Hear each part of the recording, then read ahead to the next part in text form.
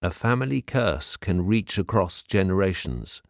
After bank manager Jonathan Ward inherits an old manor, strange things begin to happen. During his first night at the property, a beautiful young woman appears outside his door, pleading for help. Moments later, she has disappeared. Strange apparitions and unearthly sounds follow, as does the young woman seeking refuge. Desperate for information, Jonathan turns to the vast knowledge of the town librarian for help. As the dark history of the manor slowly unfolds, Jonathan begins to realize the full extent of the horror to come. Is it too late to save those dearest to him and himself? The bar was starting to empty, and most of the patrons finished their drinks and made their way out into the cold night air. Still with some hesitation, Jonathan acquiesced to Merrill's suggestion. Once they were both seated, Merrill spoke. "I am very sorry if I upset you, Jonathan. I assure you that was never my intention." The old man shook his head. "Please do not reproach yourself," he assured her. "You weren't to know." Looking past her, Jonathan glanced over to where the Romany band was still enjoying their well-deserved drinks. He turned his attention back to Merrill. "It's just that song, you see. I haven't heard it in nearly 50 years, and I hoped that I would never hear it again for as long as I lived." Merrill was confused by the old man's words, and her expression illustrated the fact. She desperately wanted to ask the old man to explain, but she bit her tongue, conscious of the fact that she had already managed to upset him once this evening, and she did not relish repeating the experience. In the end, she did not have to.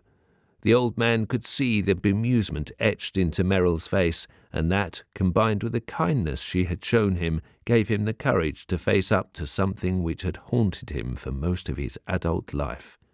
In that moment, he decided it was time to lay his own personal demon to rest, once and for all. Once Jonathan informed Merrill that he had decided to confide in her, she excused herself for a moment so that she could pour herself a drink, say good-night to her staff, and thank the musicians for playing such a marvellous set. Jonathan sipped his drink nervously and watched while Mike showed the bar staff out and locked the main door behind them.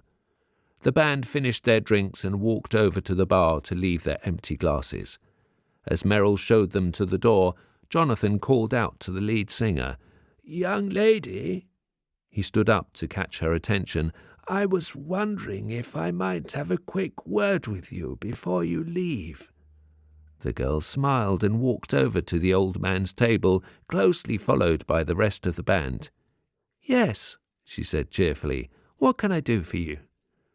Merrill suspected that Jonathan was about to ask the young singer about her encore, so she came back over and stood next to the old man. Jonathan was visibly shaking, so he tried to steady himself by holding on to the back of his chair, but Merrill grabbed his arm and insisted that he sit back down before he started to speak, so the old man complied with her wishes and retook his seat. "I was just wondering about that song you sang at the end of your concert. You mentioned that your mother taught it to you when you were a baby." The girl smiled. "That's right.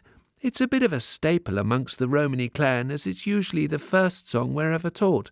Why do you ask? Have you heard it somewhere before?"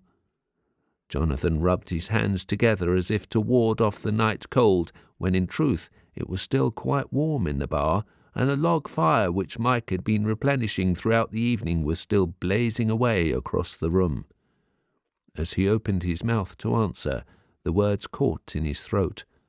Jonathan turned his face away and held his hand to his mouth to clear his throat once more. When he turned back, Merrill was holding up his glass as if to encourage him to take a sip before he continued. Jonathan thanked her and took a long swallow before replacing the glass on the table.